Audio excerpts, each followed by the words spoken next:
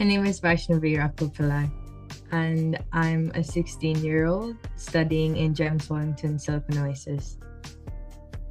So I'm currently co-founding a foundation which is non-profit called EmpowerHer, which intends to create opportunities for girls and inspired young women around the world. Because as we all know, studying in Dubai gives us a large range of opportunities that we get in terms of, extracurriculars that help us later when applying to uni. But that is not the same for everyone across the world. So EmpowerHer basically helps create those skills through volunteering or different sort of programs. That's really interesting. Have you been a part of any programs before related to women empowerment? I have been part of the Girl Up committee that has been taking place within our school. And further on, we've also been having women's empowerment clubs within our school as well. Yes, but I'd like to know more about the inclusivity space as well. Oh, okay. So basically, inclusivity space was started about a year or two ago.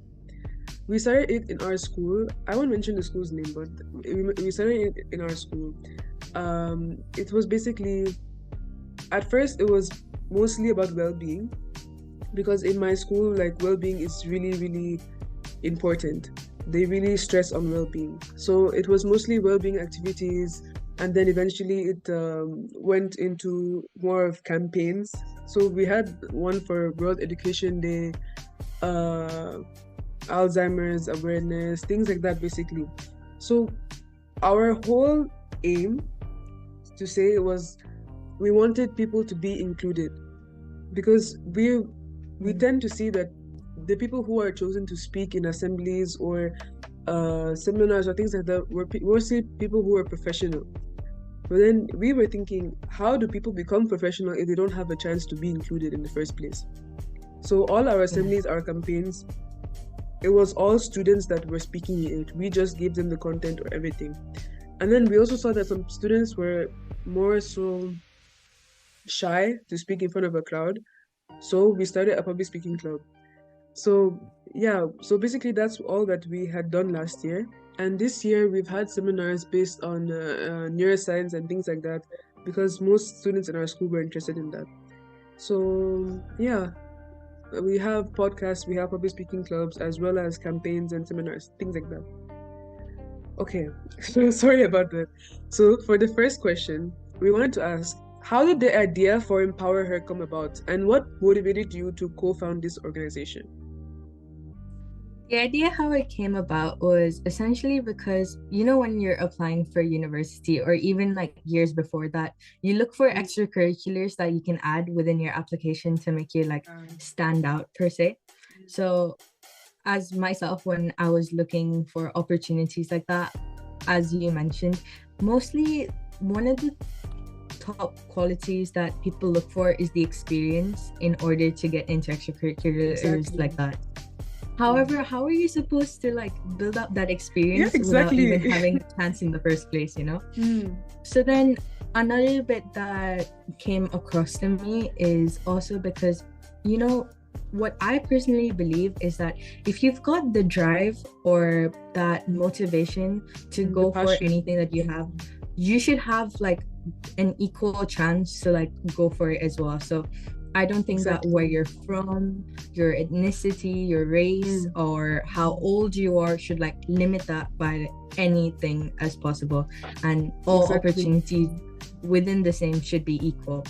But if you think about it in another fact, like someone from like across the world who is as motivational as, say for example, you are, might not get an equal chance, or say for example, an equal opportunity in looking for the chances.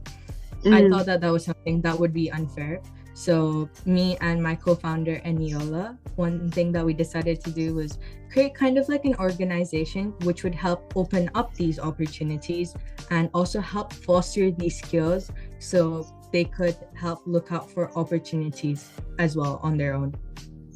So another bit that motivated us into working towards this is thinking, and now thinking back on it, it's about how much like success that we've gained from it, like being able to see people or their reactions after they've been like accepted into an internship that they really wanted to get into. That sort of happiness that you get knowing that the hard work that you put in, someone else is like having their own fair share of happiness through it. It's a completely indescribable feeling, but it is absolutely amazing as well. That's really, really inspiring. That's almost similar to the reason why we brought inclusivity space. So we wanted to ask, so looking ahead, what are the future goals or aspirations for EmpowerHer? How can listeners get involved to support this organization? So currently we've started out by having an official LinkedIn page at EmpowerHer. And within the future, we're planning to make it more accessible for Gen Z itself by hopefully creating a TikTok page soon, as well as an Instagram page. But other than that, as a whole, within our LinkedIn page and what we're going to do in the future, we're planning to open up official application pools yet once again, because right now, as for this, we go in terms of cohorts. So in this cohort season, we're really great to have over 500 people from across the world who are actively participating in EmpowerHer. So once the next like set of cohorts is open, then we'll be accepting more applications as well.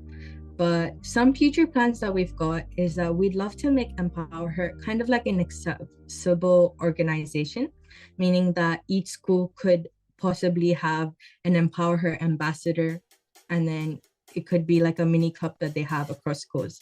And we're already on our large scale ideas of creating regional leaders and more leadership opportunities like that we'd be able to use. That's so amazing. That's really amazing. How did you guys come up with this? Like, what really inspired it? I would say it's honestly like, when you put yourself in terms of like creating an organization, I personally believe, and from experience, I feel like, when you put yourself in the shoes of like a person that would possibly also be a part of this organization, that plays a role. And one strong like belief that we've had from the start of EmpowerHer is the entire idea that it's not going to be just like one of the internships or the professional organizations that you would get into, you'd finish your time and then you just like let go of. But it's kind of, we want to create kind of like an idea that we're like a strong backbone, a family that you can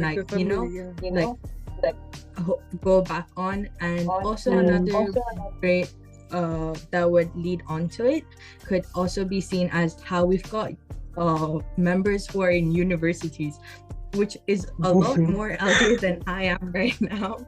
But also you're in year 11, right?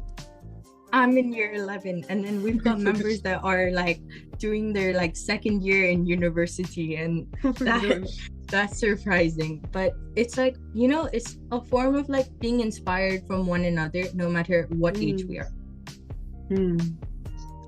Okay, that's so amazing. I don't even know what to say. Okay, so let's get into our topic for today. So today we're going to discuss about female media representation. So for the first question, what impact does the lack of representation of women in leadership roles have on organizational dynamics, and how can this be addressed for a more equitable workforce? I personally believe that, in the society that we're in today, one thing that really stands out and is there as a positive change is how women are starting to get equal opportunities as men in the workforce, and how the entire idea of diversity is a lot more well spoken of and well known of. But one thing that I feel like would take place within this topic would be how women might not still be heard as much. So I feel like within communication or decision making, when it comes into a larger spectrum, or even when it's like the smallest of things, I feel like, when when you're going to watch your like favorite team play, the reason why they'll be able to play the same way or like to play the level that they are able to play is because they're taking like different opinions or different sorts of like thought processes within. So one thing that adds on to it is that, say for example, one person predominantly makes all the decisions that later on affects everybody. It's not something that can be seen as fair, because at the end of the day it does affect everybody. So I believe that within that, like given that example, everybody should have an equal say, especially women in leadership roles, for example. And I also believe, and I feel like I know for a fact that this is also statistically proven, that women do great in problem solving and innovation because they give their diverse perspectives within the same. So I feel like even now we've seen so many wonderful, brilliant women in high positions such as CEOs of top 100 companies, and we're able to see that the companies themselves bring to success, meaning that if you put a woman in power, then like it is, or giving someone else an equal chance as you would in a workforce without any form of discrimination, that truly does lead to success and progress as a whole. I feel like sometimes this question is like off topic, but I just wanted to bring up this topic. I feel like one thing that people tend to get confused about, or they mix like up, is the thought that women are less, I don't know, their ideas are less important because they're too calm or too sensitive. You know, that whole topic. Yeah.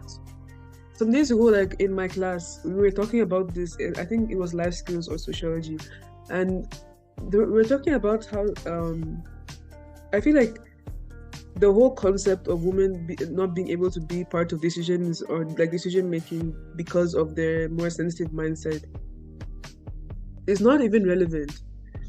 I personally feel like, you know, it's more of a kind of mindset kind of thing, more of the personality of the person. That's what I was trying to say. We watched this